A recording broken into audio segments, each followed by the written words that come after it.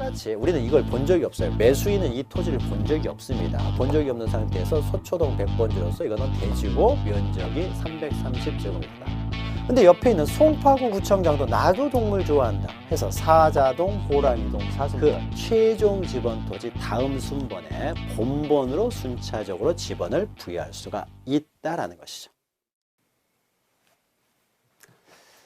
네, 분할을 했으면 이제 시간에 그 다음에 합병이 나오는 거죠. 자, 합병. 자, 합병은요. 자, 분할이 있어서도 면적이 줄어들게 되는 거죠. 분할하게 되면은 같은 필지가 그래서 토지의 이동이 발생하게 되는 거고 합병도 마찬가지죠. 이제 반대가 되는 거죠. 합병은 어떻게 보면은 자, 두 필지가 있습니다. 그래서 100번지가 있고 여기에 101번지가 있는데 이것을 합병을 하게 되면은 지번이 어떻게 됩니까? 100번지가 되는 거죠. 자, 100번지가 되면은 100번지 필지가 어떻습니까? 넓어졌죠. 면적이 넓어졌으니까 이것도 토지 이동이 발생하게 되는 거죠. 합병. 자, 그러면 합병이 있어서도요. 둘 다 이제 갑이 소유자였을 때요. 자, 갑이 합병을 할 것인가 말 것인가는 원칙적으로 자유입니다. 그래서 원칙적으로는 합병을 할 것인가 말 것인가. 다시 말해서 합병 여부가 자유라는 거죠. 토지 소유자의 자유입니다. 그러나 예외적으로 이제 때로는요. 합병하기 싫어도 합병을 해야 되는 합병 의무가 있는 경우가 있고요. 때로는 또 하고 싶어도 합병을 못하는 합병이 이제 제한되는 경우가 있는 거죠. 그래서 예외 합병 신청에 의무가 있는 경우와 합병 신청이 이제 제한되는 경우 이 두 가지를 기억하시면 되는 거죠. 자, 합병이란 개념이죠. 용어 정의니까. 자, 두 필지 이상은 한 필지로 합하여 등록하는 것을 말합니다. 자, 우리가 앞에서 했던 거죠. 신규 등록조나 분할에 있어서는 그 필지의 면적 측정을 해야 됩니다. 그래서 측량을 해야 되지만 합병 같은 경우에는요. 두 필지를 그냥 합산해버리면 된다는 거죠. 합산하면 되기 때문에 따로 측량을 할 필요 없다. 경계는 그냥 지워버리면 되고 좌표도 지워버리면 되겠죠. 그래서 좌표나 경계는 말수하면 되고 그다음 면적은 합산하면 되기 때문에 따로 측량할 필요는 없다는 거죠. 자, 양가리 2번 보시면 합병 신청의 대상에서요. 자, 원칙적으로 합병을 신청할 것인지 말 것인지는 토지 소유자의 자유입니다. 다만 이제 예외가 있어요. 반드시 합병 신청해야 되는 경우가 먼저 첫 번째 주택법에 따른 공동주택의 부지입니다. 자, 공동주택의 부지 옆에다 이렇게 한 줄로 그으시고요. 자, 공동주택의 부지는 아파트 단지죠. 자, 아파트 단지 같은 경우에는 단지 아니 전부 다 대지잖아요. 그러면은 여러 필지로 나뉘어져 있었다고 하더라도 어떻습니까? 그 대지들은 아파트 구분 소유자들이 공동으로 소유하는 부분입니다. 공동으로 소유하기 때문에요. 그래서 굳이 분할돼 있으면 보기가 안 좋기 때문에 합병을 하라는 겁니다. 그래서 공동주택의 부지는 이제 합병하라고 하는 거고요. 자, 그 다음에 그 이위에 있는 것들은요, 다 개인이 소유하는 것이 아니라 국가나 지방자치단체가 일반적으로 소유하는 토지로서 이 공익과 관련된 내용들입니다. 공익적인 토지들, 이런 토지들은 이제 합병을 하도록 이제 하고 있어요. 그러니까 예컨대 대표적인 것이 자, 이렇게 되겠죠. 어떤 마을이 있는데요. 마을이 이렇게 이제 여러 필지로 되어 있는데 여기를 만약에 여기 과수원 이렇게 있었는데 여기를요 수모를 시켜요. 수모를 시켜가지고 댐을 만들면서 수모를 시킵니다. 자, 수모를 시키게 되면요 여기가 다 어떻습니까? 다 유지가 되는 거죠. 유지. 자, 유지가 될 텐데, 자, 유지가 5필지로 돼 있으면 어떻습니까? 유지가 5개가 있는 것처럼 보이잖아요. 사실은 호수가 하나밖에 없는 거죠. 따라서 이런 경우에는 그냥 합병을 통해 가지고 보기 좋게 이렇게 유지 이렇게 하라는 거죠. 유지로 등록을 하라는 겁니다. 유지를요, 저수지라든지 또는 무슨 호수를 개인이 소유하고 있는 경우는 없죠.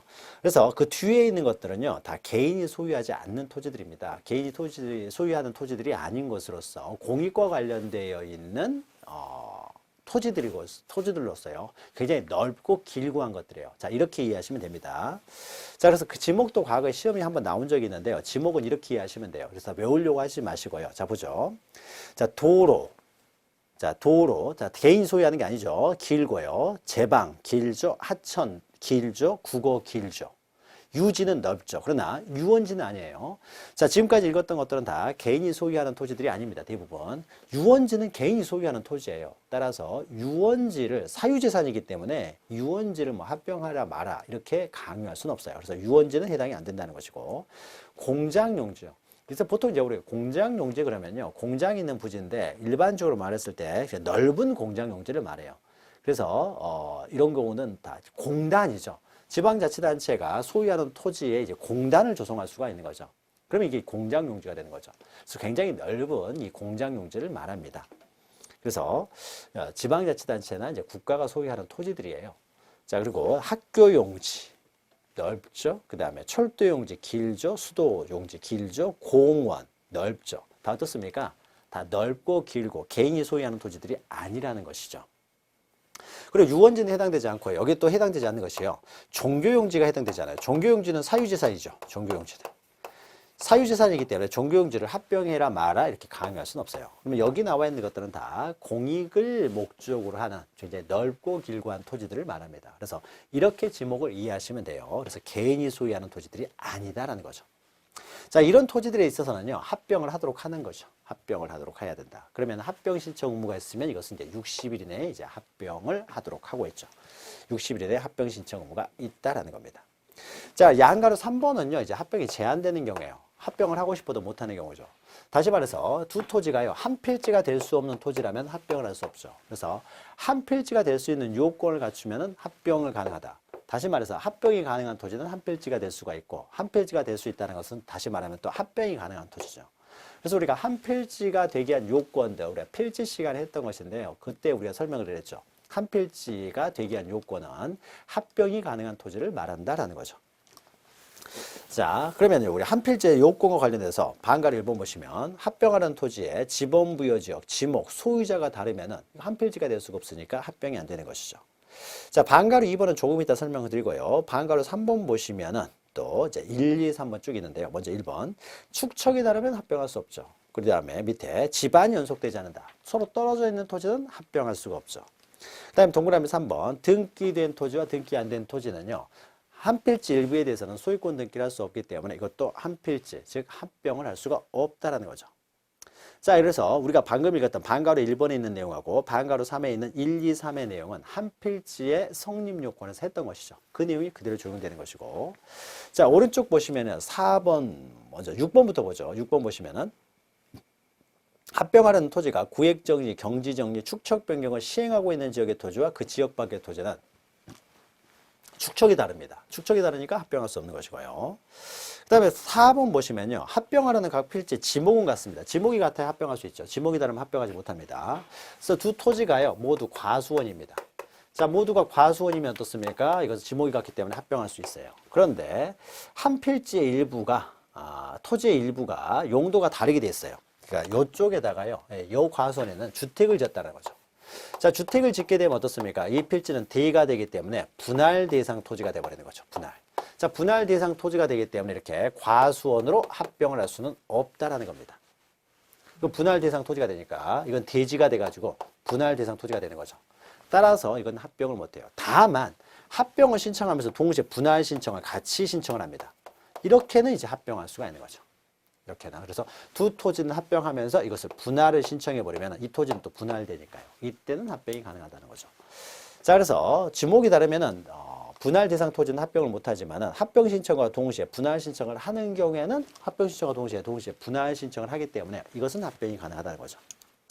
자, 그리고 동그라미 5번은요. 합병하는 토지의 소유자별 공유 지분이 다른 경우. 자, 소유자가 동일해야만이 합병을 할 수가 있습니다. 그래서 소유자가 다르면 합병을 못하는 거죠. 그래서 자, 두 토지가 이렇게 있는데요. 자, 이 토지는요. 두 사람이 공동으로 소유합니다. 갑이 소유하고 을이 소유해요. 근데 이 토지는요. 갑과 병이 소유합니다. 그러면 소유자가 다르니까 당연히 합병을 할 수가 없죠. 그래서 소유자가 같습니다. 자, 그러면 소유자가 같으면 당연히 합병할 수 있을 것처럼 보이지만은 만약에 지분이요. 이 토지는 갑이 3분의 2, 을이 3분의 1이고 이 토지는 갑이 3분의 1, 을이 3분의 2예요. 자, 그럼 이 토지를 합병해 버리면은 갑의 지분이 얼마가 됩니까?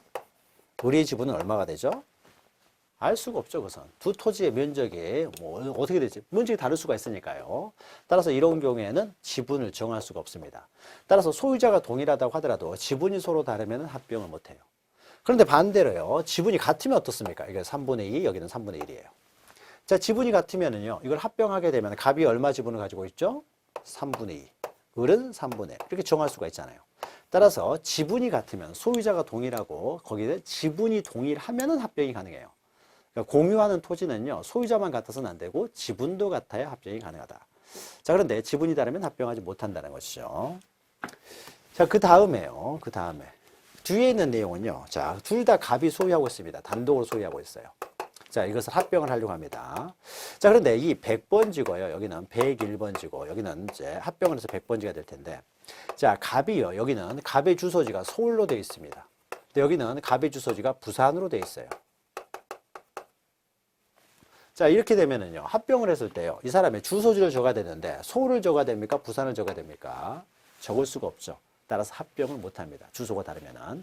따라서 현재 주소가요, 이 사람이 부산이다 라고 했을 때는요, 서울을 어떻습니까? 부산으로 변경을 해야 되는 거죠. 정리를 해야 되는 거죠. 그러면 이제 부산 같아졌으니까 부산으로 합병하면 되겠죠.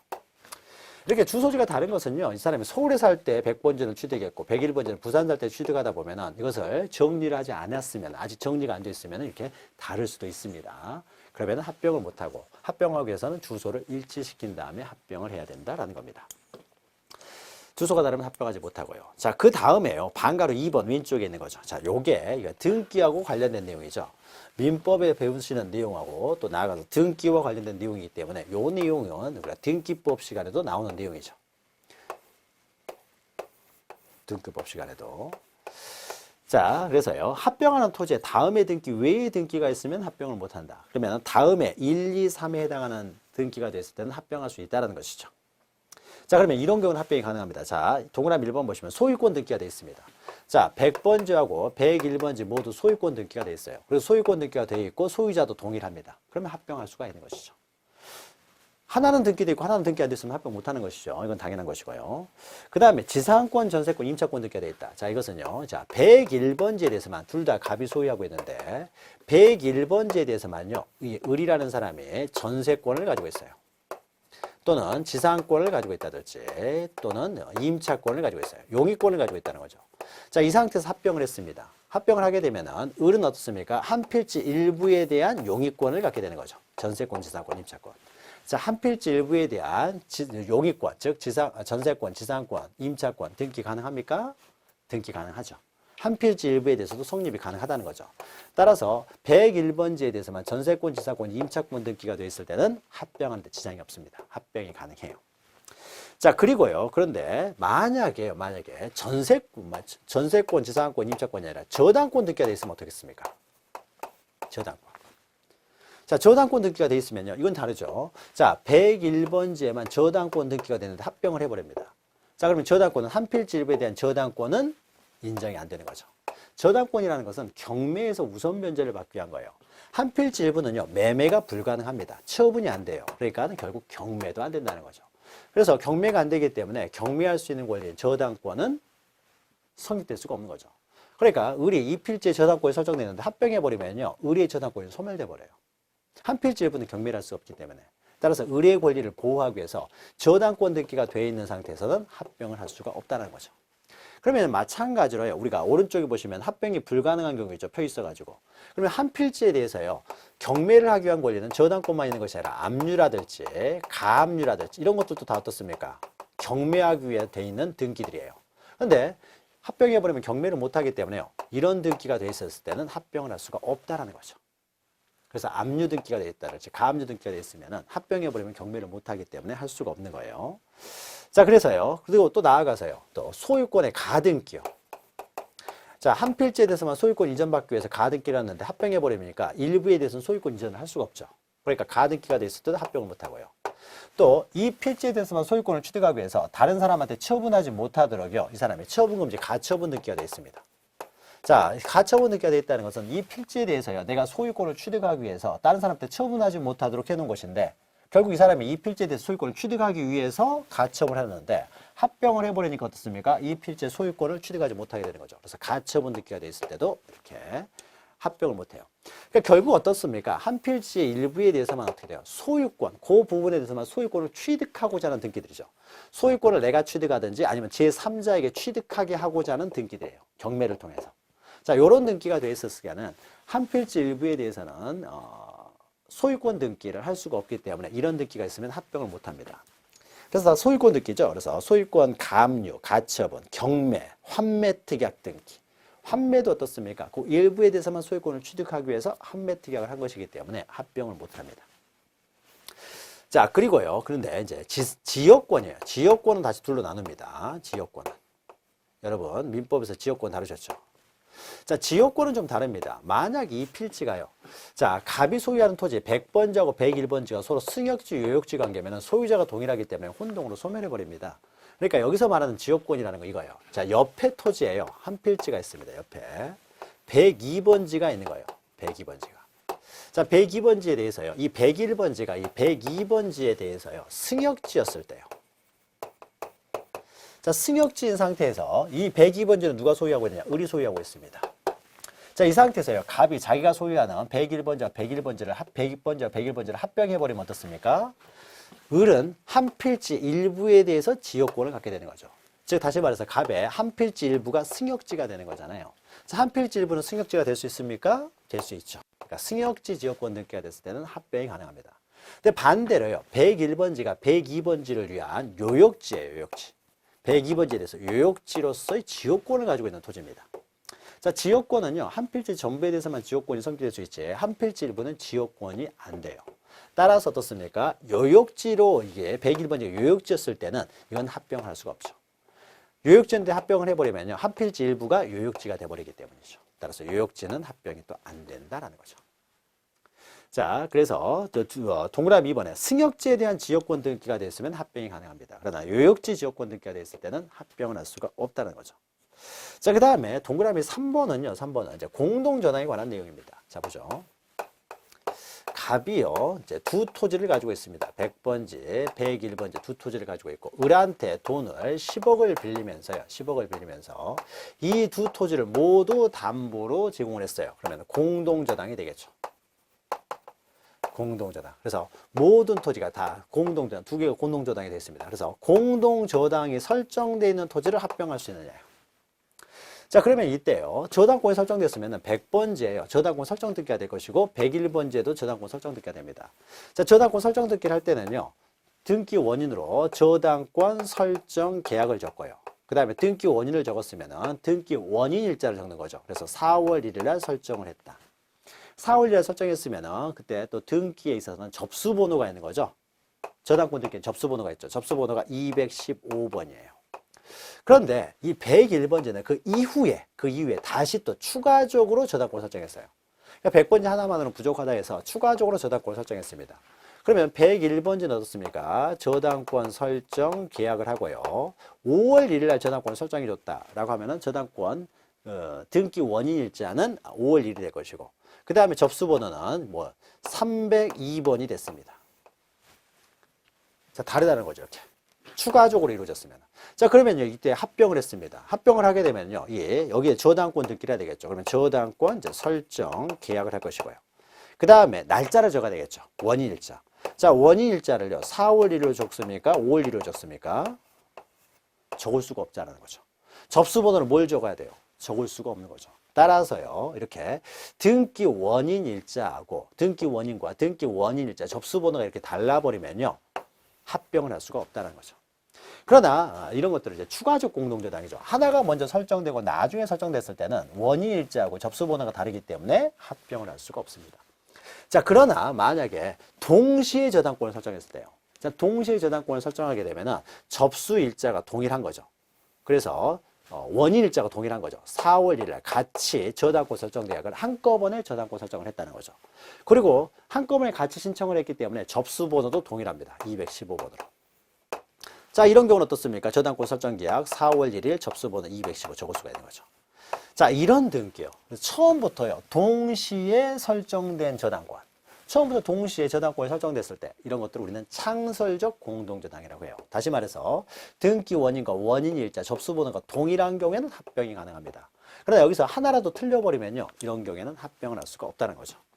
자, 그래서 3번 보시면 합병하려는 토지 전부에 대한 등기 원인, 연월일, 접수번호가 같다라면 창설적 공동저당인 경우에는 합병이 가능합니다. 그러나 원인일자와 접수번호가 이렇게 달라가지고요. 추가적 공동저당이 됐을 때 이럴 때는 합병할 수가 없다라는 거죠. 합병이 안 된다는 겁니다.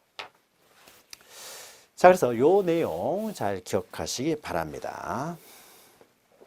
자, 그리고 오른쪽에 보시면요. 이거 합병의 제한까지 하는 것이죠. 자, 오른쪽 내용 보시면은, 자, 양가로 4번 보시면은요. 신청 및 등록 절차에서 동그라미 2번 보시면은 지적 측량을 할 필요 없죠. 지적 측량을 합병에 있어서는. 자, 그러면은 양가로 5번에 합병에 따른 면적 등을 어떻게 결정하느냐 있어서요. 먼저 경계나 좌표는 그냥 말소하면 될 것이고요. 동그라미 2번에 있는 면적은 그냥 합산하면 된다는 거죠. 측량을 하지 않는다라는 것이죠. 자, 그러면 합병을 보았고요. 그 다음에는 지목 변경이죠. 자, 지목 변경. 자, 지목이 바뀌게 되면은 토지의 이동이 발생하게 되는 거죠. 토지의 표시에 변경이 발생했으니까요. 자, 지목 변경이란 지적군부에 등록된 지목을 다른 지목으로 바꾸어 등록하는 것을 말하는 것이죠. 자, 양가로 2번 보시면 이제 지목 변경 대상 토지가 있죠. 자, 지목 변경은요. 지목 변경은 먼저 자, 용도가 변경이 되면은 지목이 바뀌겠죠. 지목은 용도에 따라 정해지니까요. 자, 이때 용도는요. 토지의 용도가 바뀔 수도 있지만 건축물의 용도가 바뀌게 되면은 이때도 건축물의 용도에 따라서 지목이 결정되기 때문에 토지의 용도, 건축물의 용도가 변경되면은 지목이 변경이 되는 거죠. 자, 그러나 용도가 아직 변경되기 전이라고 하더라도 어떻습니까? 여기가 여러 전, 답, 과수원 이렇게 돼 있어요. 전, 답, 뭐 과수원, 전 이렇게 되어 있습니다. 자, 이 일대를 다 밀어가지고요. 아파트 단지를 만들려고 합니다. 자, 그럼 이거 다 밀어요. 다 밀어가지고요. 다 밀어버리면 야대지가 되는 거죠. 그리고 난 다음에 어떻습니까? 아파트를 세웁니다. 자, 아파트가 들어서게 되면 어떻습니까? 이 토지들은 다 대가 되겠죠. 그러나 아파트가 들어서기 전이라고 하더라도 형질 변경 공사가 준공이 되면 장차 그 사용 목적에 따라서 대로 정한다는 거죠. 그래서 공사 준공이죠. 토지의 형질 변경 공사 준공이 됐을 때 이때도 지목을 변경을 하게 되는 거고요. 자, 그러면 아직 공사가 준공되기 전이라고 하더라도요. 공사의 원활한 수행을 위해서 이것을 다 합병 신청을 합니다. 어차피 이 토지들은 공동주택 부지가 되기 때문에 어떻습니까? 다 합병이 될 거예요. 어차피 합병이 될 것이고 좀 있으면 대가 된다는 거죠. 자, 그러면 합병을 했을 때요. 아직 여기는 공사가 준공되지 않았기 때문에 여전히 전답 과수원으로 있다라고 했을 때 그러면 지목을 뭘로 설정할 것이냐. 한 필지는 지목을 하나만 설정해야 되는데 이 중에 하나를 고를 수는 없는 것이죠. 따라서 좀 있으면은 어차피 대가 될 것이기 때문에 합병 신청이 이루어졌을 때도 이럴 때도 대로 지목을 결정을 하게 됩니다. 즉 합병 신청이라는 거죠. 합병 신청. 자, 그래서 토지나 건축물의 용도 변경, 그리고 동그라미 2번 보시면은 형질 변경 등의 공사가 준공, 또 3번 보시면은 공사 준공 전이라고 하더라도 원활한 사업을 위해서 합병을 신청하는 경우에는 이런 경우에는 지목을 변경한다라는 겁니다. 세 가지가 있어요. 그런데 우리가 지목 변경 대상 토지하고요, 등록 전환 대상 토지를 구별해야 됩니다. 자, 우리가 한 필지의 일부가 형질 변경 등으로 용도가 바뀌었을 때는요, 분할 신청도 하고 지목 변경 신청도 함께 하는 거예요. 자, 그런데 산지관리법 건축법에 따라 토지의 뭐 형질 변경, 공사 준공에 따라서 지목을 변경해야 될 토지 같은 경우는 등록 전환하는 거죠. 그러면 이때 등록 전환과 동시에 어떻습니까? 지목 변경을 수반하에 등록 전환이 이루어지면 등록 전환도 이루어지고 당연히 지목 변경도 이루어집니다. 그러면 이때도 등록 전환 신청서하고 지목 변경 신청서를 함께 내느냐? 그렇지가 않고요. 지목 변경 신청서를 내지 않고 등록 전환만 신청하면 됩니다. 따라서 등록 전환, 그러니까 지목 변경을 수반하여 등록 전환이 이루어지는 경우에는 지목 변경 신청서를 낼 필요 없고 오로지 그냥 등록 전환만 신청하면 됩니다. 따라서 산지관리법 그리고 어떻습니까? 건축법에 따라 지목을 변경해야 될 토지 같은 경우에는요. 이런 경우에는 지목 변경을 신청하지 않고 등록 전환만 한다는 거죠. 따라서 그 경우에는 등록 전환 대상 토지가 될 뿐이지 지목 변경 대상 토지는 되지 않는다. 그래서 지목 변경 대상 토지하고 등록 전환 대상 토지를 구별해서 보셔야 됩니다. 자, 그러면요. 이제 신청 절차에서요. 자, 지목 변경도 마찬가지입니다. 60일 이내에 지목 변경을 신청해야 되고요. 자, 첨부서면이 있는데 첨부서면은 지목이 변경됐다는 사실을 증명하는 서류들을 이제 첨부서면으로 제출하라는 것이고요. 뭐 중요한 내용은 아니고. 다만 동그라미 2번 보시면요. 개발회계 허가나 농지 전용 허가, 보전, 산지 전용 허가 등 지목 변경과 관련된 규제를 받지 아니하는 토지. 규제가 이런 허가 받을 필요가 없는 토지라는 거죠. 자, 이런 토지하고요. 전답 과수원 상호 간의 지목 변경. 전답 과수원은 식물을 재배한다는 것이 동일한 점이죠. 따라서 이런 경우에는요, 쉽게 지목 변경을 할 수 있도록 합니다. 그래서 이런 규제, 허가 없이도 지목 변경을 할 수가 있다는 거죠. 지목 변경. 그래서 서류의 첨부를 생략할 수가 있다라는 겁니다. 서류의 첨부를 생략할 수 있다.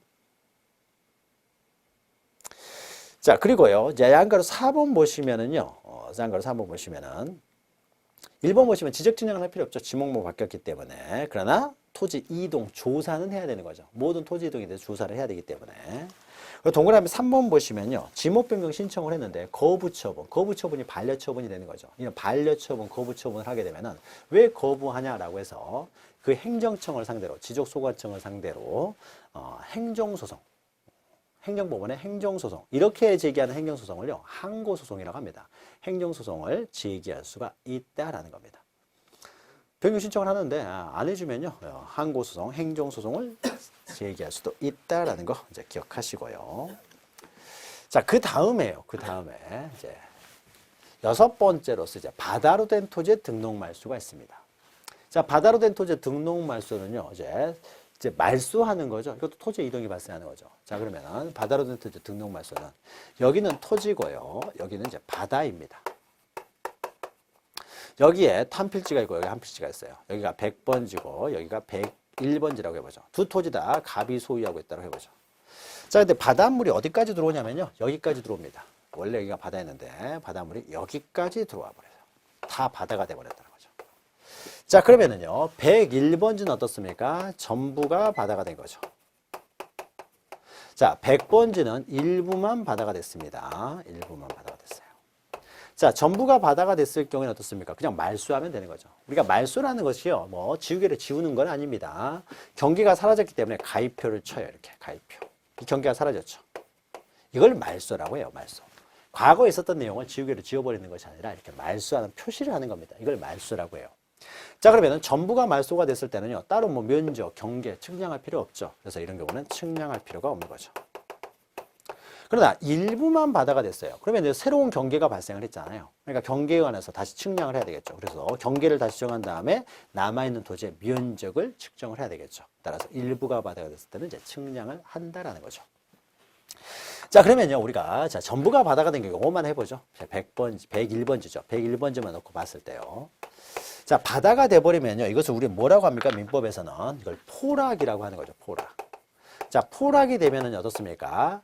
갑의 소유권은 상실돼 버리는 거죠. 바다를 개인이 소유할 수는 없기 때문에요, 국가의 소유로 넘어가 버립니다. 국가. 자, 포락이 되는 거죠. 자, 그러면 이런 경우에 갑은 앉아서 그냥 소유권이 상실되고요, 국가는 갑자기 소유권이 생겼잖아요. 그러니까 국가는 부당이득을 얻었죠. 따라서 토지 소유자에게 어떻습니까? 부당이득을 이제 또 보상을 해줘야 되는 거죠. 자, 그런데 우리나라 법에서는 이런 보상 규정이 이렇게 잘 되어 있지는 않습니다. 국가가 자기의 목적에서 수용을 하는 경우에는 실거래가로 이제 보상을 해줍니다. 실거래가로. 그러나 이런 것들은 뭐 국가가 필요에 의해서 뭐 어떻게 수용한 게 아니잖아요. 운에 의해서 이렇게 바다가 돼버린 것 뿐이죠. 따라서 이런 경우에는 이제 보상금을 많이 주지는 않습니다. 보상금을. 자, 따라서요, 바다가 돼가지고 포락이 되면요, 갑한테는 엄청난 불이익이 생기게 됩니다. 자, 그러면은 바다가 됐으니까 어떻습니까? 토지 소유자가요, 바다가 되었으니까 등록말소 신청을 해야 되는 거죠. 토지 소유자가 이제 등록말소 신청을 해야 되는 거죠. 신청. 말소 신청을 해야 되는데, 자, 갑은 엄청난 불이익이 생겼기 때문에요, 갑이 토지 소유자가 직접 신청하도록 하는 것이 기대 가능성이 없고요. 더 나아가서 갑은 어떻습니까? 불이익이 생겼으니까 바닷물 빠지기만을 계속 기다리고 있겠죠. 계속 기다리고 있는데, 자, 우리가 포락이라는 단어가 좀 애매합니다. 바다가 됐을 때 포락이 된다는 것인데요, 이 바다가 됐다라는 것이요, 하루 정도 바닷물이 올라오면 바다가 된 겁니까? 일주일 정도 바닷물이 있으면 바다가 된 걸까요? 아니면 한 달은 있어야 바다가 된 걸까요? 뭐 6개월이 있어야 되느냐? 자, 이게 애매하죠. 한 번 올라왔다고 바다가 될 수는 없잖아요. 우리가 포락이라고 했을 때는요, 이용구이 바다가 됐을 때 우리는 포락이라고 합니다. 이용구이. 자, 그러니까 한두 번 바닷물 올라왔다고 해서 포락이라고 보지는 않는다는 거죠. 그럼 갑의 입장에서는 어떻습니까? 물 빠지기만을 계속 기다리고 있겠죠. 물 빠지기만 기다리고 있는 사람한테 말소를 신청하라. 뭐 기대 가능성이 전혀 없는 거죠. 그러면 갑이 개인이 이게 바다자 토지자를 결정한다는 건 또 어려운 것이죠. 개인이 선택하라고 할 수가 없습니다. 그렇죠. 판단하고 할 수가 없는 거죠. 그래서 이게 바다가 됐느냐 안 됐느냐, 포락이 됐느냐 안 됐느냐는 공적인 기관에서 판단해 줘야 됩니다. 따라서요, 포락이 됐느냐 안 됐느냐는요, 결국 지적소관청이 결정을 합니다. 자, 지적소관청이 먼저 결정을 한 다음에요, 결정을 하고 나서 어떻습니까? 야, 이건 바다가 됐다라고 하는 거죠. 바다가 됐다라고 판단하게 되면은 이제 토지 소유자에게 신청하도록 통지를 하는 거죠. 그래서 결국 지적소관청이 바다가 됐는지 여부를 판단하고 그 다음에 토지 소유자에게 신청을 하도록 통지를 한다는 거죠. 그래서 바다로 된 토지의 등록 말소에 있어서는 다른 것과 다르게요, 지적소관청이 먼저 통지부터 하고 시작을 한다는 거죠. 요거 하나 특징이 있으니까 기억하시고요. 자, 그러면 토지 소유자가요, 이제 통지를 받으면 이제 드디어 올 곳이 왔죠. 자, 올 곳이 왔으면은요, 토지 소유자가 이제 등록 말소 신청을 해야 되는데, 눈물 나겠죠. 내가 어떻게 가꾼 땅인데 어떻습니까? 바다가 됐다고 등록 말소 신청을 합니다. 소유권을 빼앗기게 되는 거잖아요. 그러니까 이 사람은 통지가 오게 되면 어떻습니까? 자, 술집부터 가야 될겠죠. 그러니까 술부터 먹어야 되겠죠. 통지가 왔으니까요. 자, 그래서 일반적으로 신청 의무는 다 60일이지만은 바다로 된 토지의 등록 말소에 있어서만큼은 그 토지 소유자가 스스로 술 먹고 위로할 수 있는 시기를 더 줘요. 그래서 90일 이내에만 하면 됩니다. 30일을 더 준다는 거죠. 90일 이내에 신청하면 돼요. 그리고 신청을 할 때 일반적으로 지목 변경 신청이랄지 등록 전환 신청을 할 때는 수수료를 냅니다. 수수료를 내는데요, 바다로 된 토지의 등록 말소, 내 토지 사라진 거 말소 신청하는 것도 억울해 죽겠는데 수수료까지 내면서 말소 신청을 하도록 한다는 것은 기대 가능성이 없다는 거죠. 따라서 수수료가 면제가 됩니다. 수수료가 면제가 된다.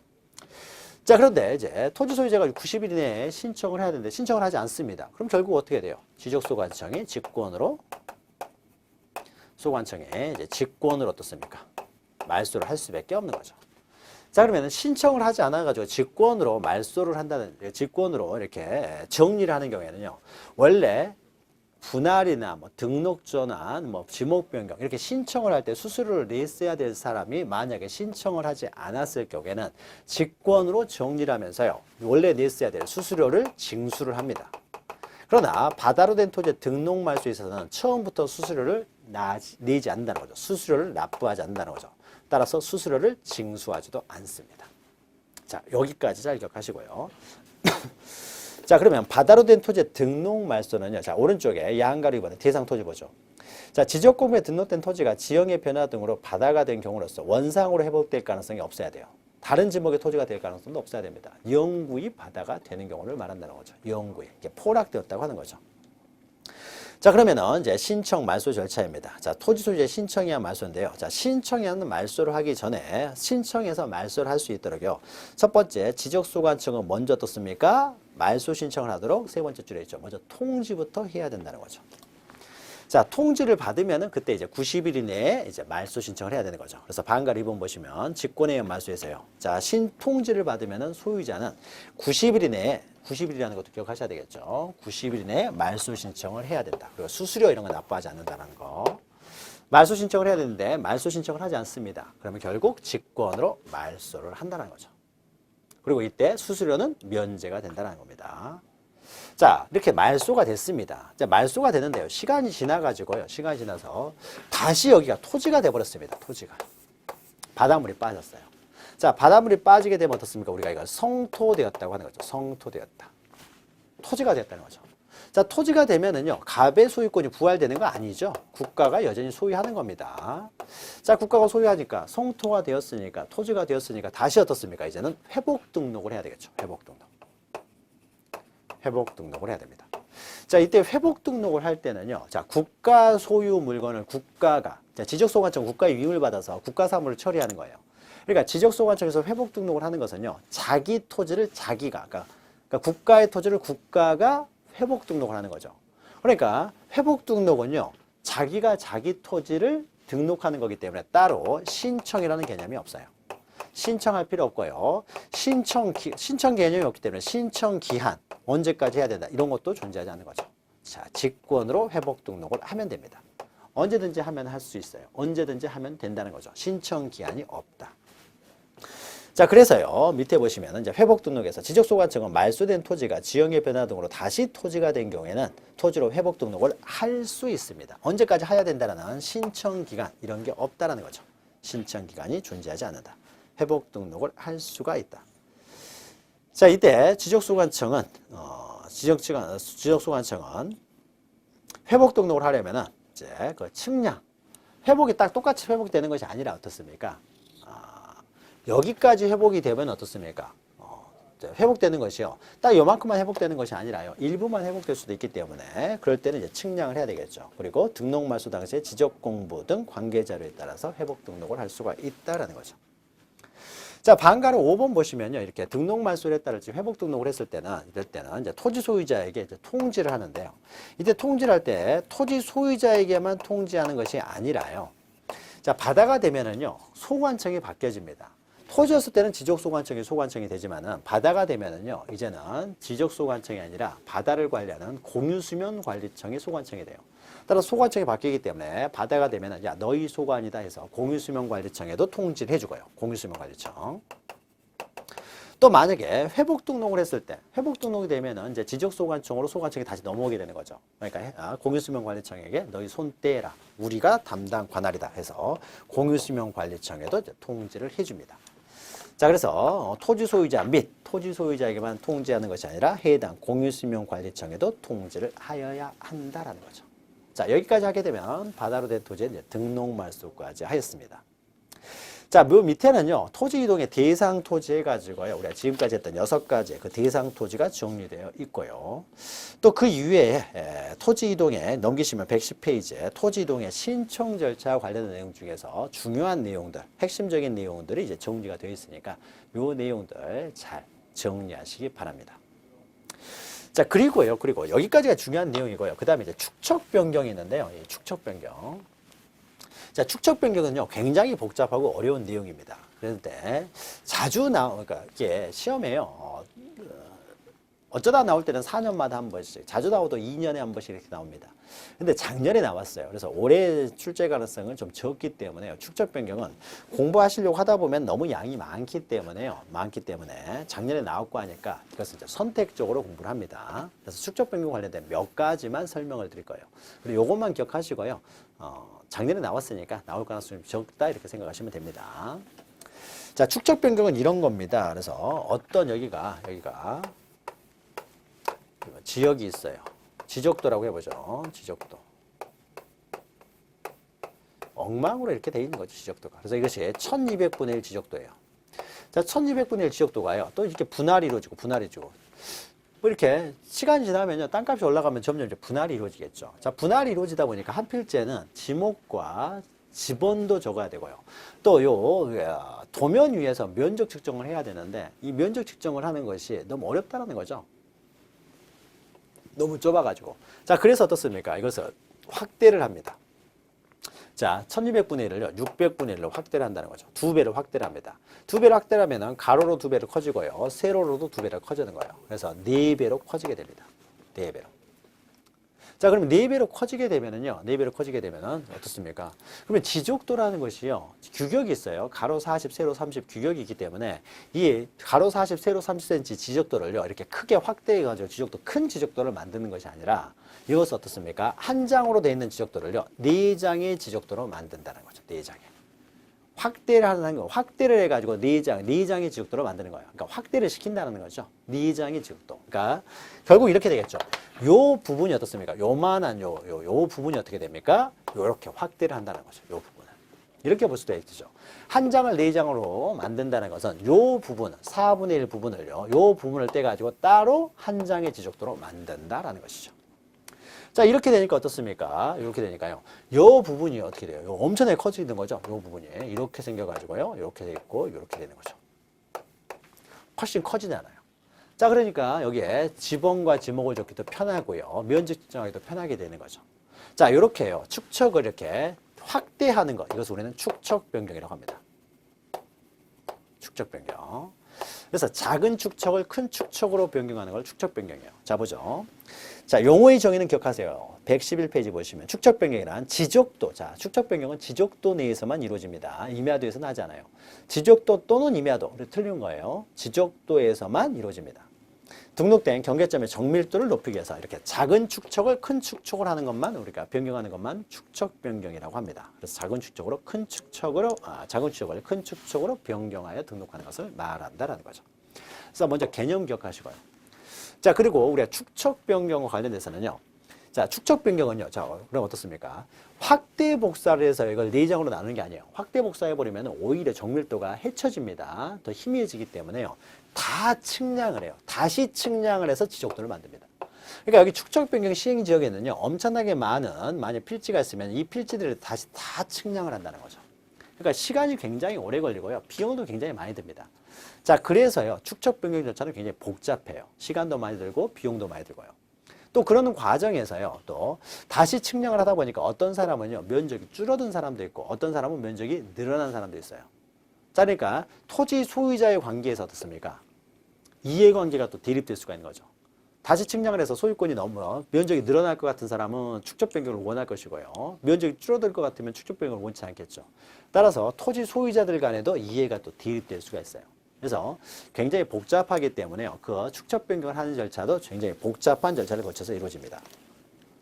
자, 양가로 3번 밑에 보시면 축척 변경 절차해가지고 동그라미 1번만 좀 기억하세요. 이렇게 복잡하기 때문에요. 자, 지적소관청은 축척 변경을 하려면은 축척 변경 시행지역 토지 소유자의 3분의 2 이상의 동의가 있어야 돼요.